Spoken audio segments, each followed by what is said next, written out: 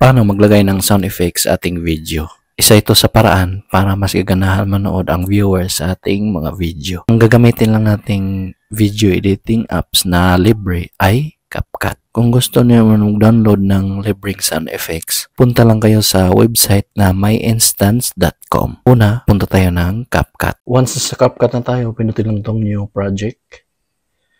Then, punta tayo sa ating gallery. So, pili lang kayo ng video na gusto nyo lagyan ng sound effects. So, halimbawa, ito pinakuna akong video.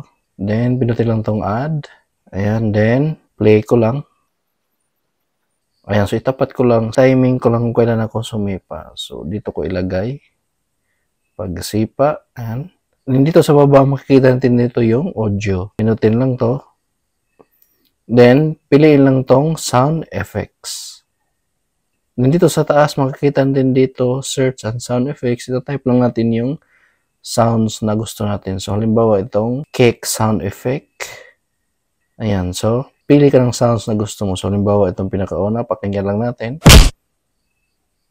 Ayan. So, ayaw ko ng ganyang sound effects. So, ang pipiliin dito ay itong pangalawa.